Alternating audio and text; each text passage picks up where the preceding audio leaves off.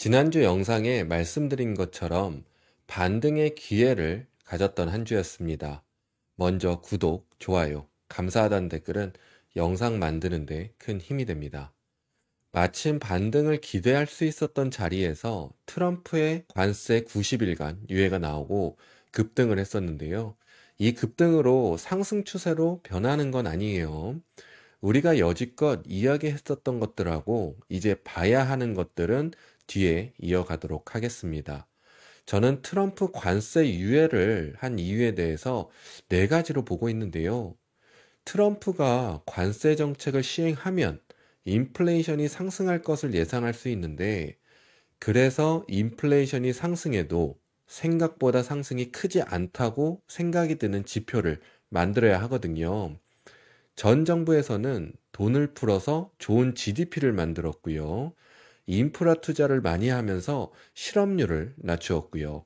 이런 식으로 트럼프도 관세 시행으로 오를 수 있는 인플레이션의 지표를 낮추는 방법을 찾아야 했었습니다. 그래서 트럼프는 10년물 금리를 빨리, 많이 떨어뜨리려고 했고, 유가도 빨리, 많이 하락을 시키려고 했고요. 거기에 연준에게 금리 인하하라는 압박까지 있었습니다.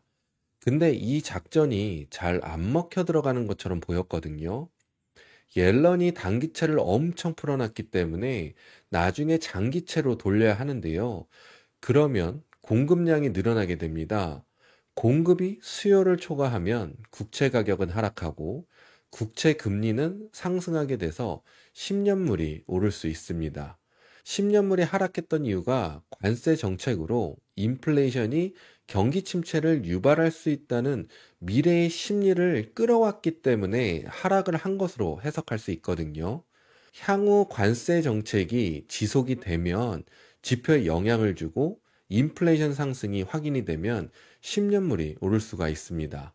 10년물을 나중에 올라도 높게 가지 못하게 미리 아주 많이 하락을 시켜 놓으려고 했었을 겁니다.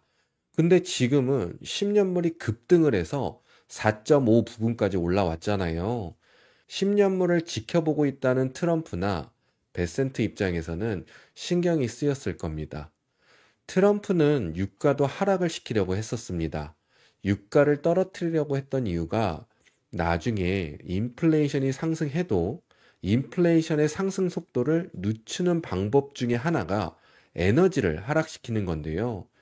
에너지를 하락시키면 상승하는 인플레이션의 발목을 잡을 수 있어서 제일 손쓰기 쉬운 유가를 하락시키려고 했던 부분이 있었습니다. 유가가 지금 내려간 것처럼 보이지만 생각보다 많이 내려가지 않았거든요. 제가 주가든 원자재든 환율이든 유가든 모두 집이란 게 있다고 말씀을 드렸습니다. 집에서 나가서 위로든 아래든 움직이게 되면 문제가 생기는 것이고요. 환율도 어느 구간에서 오르락 내리락 하면 문제가 되지 않지만 어느 구간을 넘어서 지금처럼 상승을 하면 문제가 있다는 것을 인지하게 되거든요. 유가도 똑같습니다. 유가가 아주 많이 하락을 해야 하는데 유가도 오르락 내리락 하는 집에서 크게 벗어나지 못했거든요. 인플레이션의 발목을 잡기엔 부족한 상황인 거죠. 더 떨어져서 심각하다는 것을 이야기할 정도는 돼야 나중에 인플레이션이 본격적으로 상승할 때 발목을 잡을 수 있는데 트럼프가 생각한 것처럼 내려가는 것 같지가 않거든요. 그리고 트럼프는 러시아, 우크라이나 전쟁을 끝내려고 노력을 많이 했었습니다. 전쟁이 끝나면 유가는 추가적으로 하락할 수도 있었는데 곧 끝날 것 같았던 전쟁은 아직도 끝나지 않았잖아요. 유가를 하락시키겠다고 했던 트럼프 입장에서는 신경이 쓰였을 겁니다. 다음은 금리 인하인데요. 연준은 인플레이션을 걱정하고 있기 때문에 금리 인하를 하기가 어려운 상황입니다. 10년물 금리가 하락했을 때도 지금 경기 침체도 아니고 당장 경기 침체가 오는 분위기도 아니고요. 앞에 놓여져 있는 건 인플레이션의 상승뿐이라 금리 인하를 하기가 어렵습니다. 그래도 트럼프는 금리 인하를 하라는 건데요. 이것도 뜻대로 안 되니 10년물이 급등하고 있는 상황에서 신경이 쓰였을 겁니다. 마지막 또 하나가 있는데요. 증시입니다. 이 부분은 뒤에 우리가 여지껏 이야기했던 것들하고 이제 봐야 하는 것들을 같이 이야기 이어가도록 하겠습니다. 트럼프 쪽에서는 75개국 이상이 미국의 대표들에게 연락해서 관세 협상을 하기로 요청했고 보복하지 않았기 때문에 90일간의 일시 중단을 승인한다고 했는데요. 조금 수상한 부분이 있습니다. 중국의 많은 기업들과 공장들은 미국과의 관계가 어떻게 될지 몰라서 베트남, 캄보디아, 인도 외 여러 나라로 이미 진출을 했거든요. 저희 회사의 제품들 중에 중국에서 오는 제품들도 많지만 공장들을 다른 나라로 옮긴 회사들이 많아서요. 다른 나라에서 중국 제품들이 들어오고 있습니다. 그래서 트럼프가 직접 이야기한 것처럼 다른 나라로 우회해서 들어오는 중국 물건들도 모두 막겠다고 한 건데 중국을 제외하고는 관세를 유예하고 10%만 한다고 했단 말이죠. 트럼프가 이야기한 것과 조금 달라서 수상하게 생각이 드는 부분입니다. 뭔가 걱정이 되는 부분이 있었던 걸까요? 근데 여러분, 지난 영상에서 말씀드린 것처럼 우리가 봐야 하는 건 경제입니다. 관세 정책으로 증시가 널뛰기를 하니까 관세 정책에만 집중하고 관세 유예로 급등하면서 더더욱 관세 정책에만 집중하게 되는데요. 관세 정책을 하든 안 하든 지금은 관세 정책을 하고 있으니까요. 인플레이션으로 경기 침체 분위기나 공포가 증시로 들어오는지를 확인하셔야 합니다. 경제가 좋다는 지표가 나와주고 그러면서 경제가 좋다는 결과값으로 흘러가게 되면 증시는 상승하게 되어 있습니다. 우리는 경제 상황을 더 집중해서 지켜봐야 합니다. 이제 실적 시즌이잖아요. 실적 발표할 때 가이던스를 안 좋게 말하는 기업들이 많을 수 있거든요. 그러면 증시는 미래에 정말 있을지 모르는 경기 침체를 가져올 수 있는데 그게 아니라는 결과물이 나와야 합니다. 그래서 경기 지표를 잘 보면서 미국이 어떤 분위기로 흘러가는지 잘 지켜봐야겠습니다. 요즘 저는 여러분들에게 증시에 일어나는 상황들을 꼭 기억하라고 말씀을 드리고 있습니다. 감정들도요. 보통 증시가 안 좋으면 채권 투자를 해야 한다고 알고 있죠. 왜냐하면 채권은 안전자산이기 때문에 그렇습니다. 하지만 지금은 증시가 하락했고 불안함에도 불구하고 채권의 가격은 떨어지고 있거든요. 채권의 가격이 떨어진다는 것은 수요가 줄고 공급이 많아지고 있다는 것이 되고요. 금리는 올라가게 됩니다. 지금은 금리의 상승이 너무 가파르기 때문에 어딘가에서 대량 매도하고 있다고 볼 수 있는데요. 제가 말씀드리려고 하는 건 채권은 상식처럼 움직이지 않는다는 겁니다. 증시가 하락하고 채권이 상승하면 안전자산의 투자자들이 늘어난다는 이야기가 당연하게 나오는데요. 이번엔 조금 다르죠.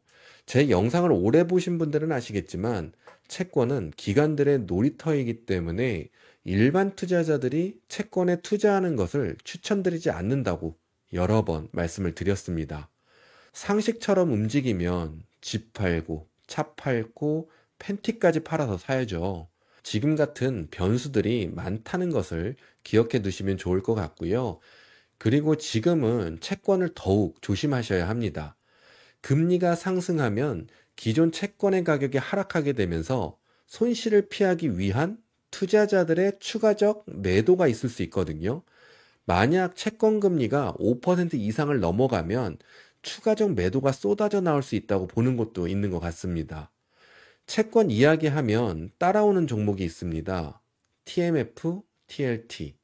증시가 안 좋고 경제가 안 좋아질 것 같다는 상식으로 투자한다는 것은 잘못된 겁니다.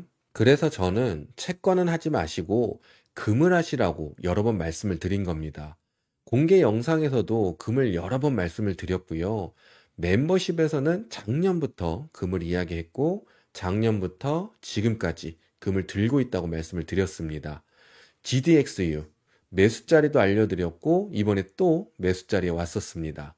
근데 더 상승을 할 것처럼 보이거든요. 요즘같이 불안한 정세에 채권은 공급은 많고 수요가 적어서 하락하고 있고요. 달러도 하락하고 있습니다. 그럼 남은 건 금밖에 없거든요. 안전자산이면 같이 올라야 한다고 생각하실 수 있는데요. 금만 오르는 부분을 이야기해 보면요.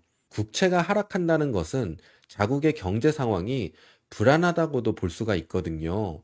지금 미국 국채 금리가 빠르게 상승을 한다는 것은 미국의 상황이 불안하다고 해석을 할 수 있게 됩니다. 그러면 다른 안전자산을 찾게 되는데 그게 금입니다. 심지어 요즘은 중국에서 금을 굉장히 많이 사들이고 있다는 이야기도 있고요. 독일은 관세 정책으로 불안한 정세라는 이유와 경기 침체 우려로 미국에 맡겨놓은 금을 인출하려고 고려 중이라는 이야기도 있었습니다. 금을 우선 보유하자거나 보유해야 한다는 나라들이 늘어나고 있는 상황인 거죠. 중국과 미국의 관세 전쟁이 이어지고 90일이라는 유예 기간 동안 긴장감이 지속된다면 증시의 변동성으로 금의 추가 상승이 예상되는 요즘입니다. 이 영상으로 금을 말씀드렸다고 당장 금을 투자하시라는 말씀을 드리는 것이 아닙니다. 금을 투자하시는 분들은 참고하시라는 것이고요. 금을 통해서 우리가 알 수 있는 부분을 설명드려 봤습니다. 금요일 증시를 올렸다는 보스턴 연은 총재 콜린스 이야기 잠깐만 하고 넘어갈게요. 이런 멘트가 있었습니다. 현재로서는 시장이 잘 작동하고 있고 유동성에도 큰 문제가 있다. 만약에 시장 기능에 문제가 생기거나 유동성 문제가 발생하면 연준은 개입할 수 있는 도구를 가지고 있고 절대적인 준비가 되어 있다. 지금은 괜찮다는 이야기고요. 문제가 생기면 개입하겠다는 건데 개입할 수 있는 건 금리 인하, 양적 완화, 신용 지원 프로그램, 금융시장 안정화 조치, 커뮤니케이션 및 지침 제공이 있습니다. 이런 조치들은 연준이 경제 안정성을 확보하고 위기 상황에서 시장을 지원하기 위해 사용하는 도구들인데요. 당연한 얘기잖아요. 증시가 상승하고 딱히 뉴스가 없으니 이 내용에 집중이 된 것 같아요. 저는 여러분들에게 뉴스를 보는 시각도 알려드리려고 하기 때문에 말씀드려봤습니다. 다시 말씀드리지만 당연한 얘기예요. 투자자들의 심리는 어떤지 우리는 추적을 하는 게 중요한데요. 차트는 심리라고 하잖아요. 그래서 우리는 차트를 통해 증시 상황을 추적하고 있습니다. 증시 상황은 지수로 확인을 하고요. 우리는 증시가 데드크로스로 넘어갈지를 추적하고 있습니다. 200일선을 끼고 횡보하거나 아래에서 횡보하면 안 된다고 말씀을 드렸는데요. 지금은 200일선 아래에 있고 50일선이 200일선과 가까워지고 있는 상황입니다. 그리고 작년 8월 차트처럼 이제 반등이 나올 타이밍이 왔고 반등이 꼭 필요한 상황이라고 말씀을 드렸는데 다행히 반등도 나와주었습니다. 차트상 나올 일은 드물긴 하지만 좀 걱정이 되었던 게 이 구간에서 머물면 급락이 나올 수 있었던 부분이었습니다. 트럼프가 증시를 조금이나마 신경을 써야 했던 지점이 아니었나 생각이 들거든요. 이런 하락이 나올 수 있는 자리였으니까요. 저는 지금 트랩 차트로 보고 있습니다. 트랩 차트는 이렇게 생긴 건데요. 트랩 차트는 빠르게 오른 구간의 반을 지지 구간으로 많이 봅니다.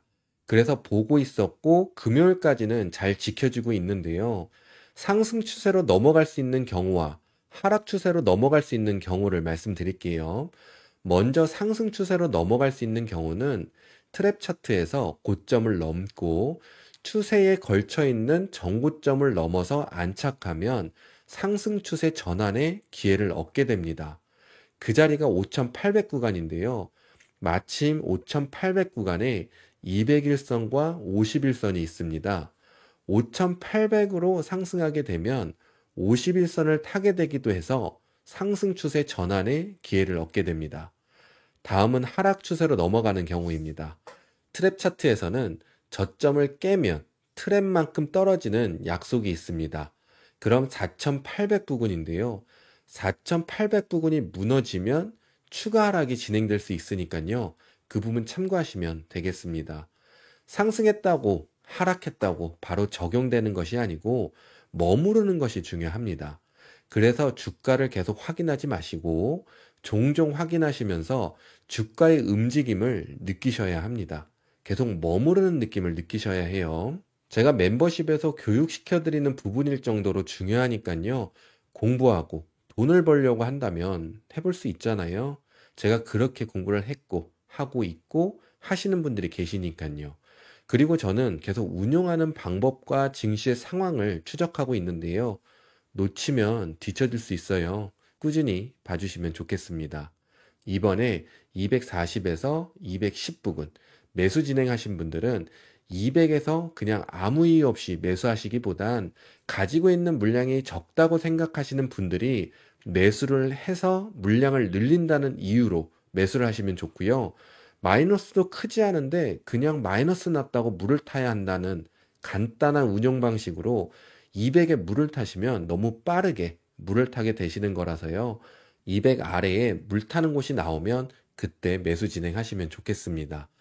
모든 매물대에서 물을 타버리면 여기에서 추가 하락이 나올 경우 현금을 빠르게 써버릴 수가 있으니까요. 운용이라는 것을 하셔야 합니다. 엔비디아입니다. 90, 100 매수 자리에서 예상한 대로 반등이 나왔습니다. 데드크로스가 나왔는데요. 데드크로스가 나왔을 때는 내려오는 51선을 끼고 횡보를 해야 합니다. 그래야 상승 기회가 주어지니까요. 단기적으로는 115 부근 위로 상승이 필요한 상황입니다. 브로드컴 180에 저항이 있습니다. 넘어서 주고 위에서 횡보하면 상승 기회를 얻을 수 있습니다. 팔란티어 80달러가 중요합니다. 지켜주면 좋겠습니다. 아마존 180에 받는 구간이 있고요. 190 위로 올라서 주고 바로 상승을 해주면 좋겠지만 최소 횡보를 해줘야 50일선을 탈 수 있는 확률이 높아지면서 추가 상승을 이어갈 수 있겠습니다. INQ, 리게티는 차트가 똑같습니다. 둘 다 50일선을 맞았는데요. INQ는 20달러 아래에서 리게티는 7달러 아래로 가면 매수하고 싶을 것 같습니다. BBAI, 슈레딩거, 니오, 샤오펑, 텔라덕 장기 투자를 하시는 분들이라면 이런 잡주는 하지 마세요. 단타 투자자들이 증시 반등 나올 쯤 해서 들어가서 수익 먹고 나오는 종목입니다. 제가 몇 년 전에 하지 말라고 말렸는데도 하신 분들은 경험해 보셔서 아실 겁니다. 장기 투자자가 되시려면 장기 투자자는 어떻게 운영을 하는지를 배우셔야 합니다. 단기, 중기, 장기 지표가 상승 추세에 있다고 단기, 중기, 장기 다 매수하고 이동평균선 있다고 가까운 이동평균선마다 다 매수하면 금방 현금을 써버려서 제대로 된 운용을 하기가 어려워집니다. 제대로 된 투자를 배우시기를 바라겠습니다. 혼자 방황하지 마시고 쉽게 주식을 하고 싶으시거나 상승장 오기 전에 대응을 해놓고 싶다 하시는 분들은 멤버십에도 많은 관심 부탁드리겠습니다. 여러분들이 제대로 된 주식을 할 수 있도록 좋은 영상 많이 만들도록 하겠습니다. 구독, 좋아요, 감사하다는 댓글은 영상 만드는 데 큰 힘이 됩니다. 그럼 저는 다음 영상으로 찾아뵙겠습니다. 감사합니다.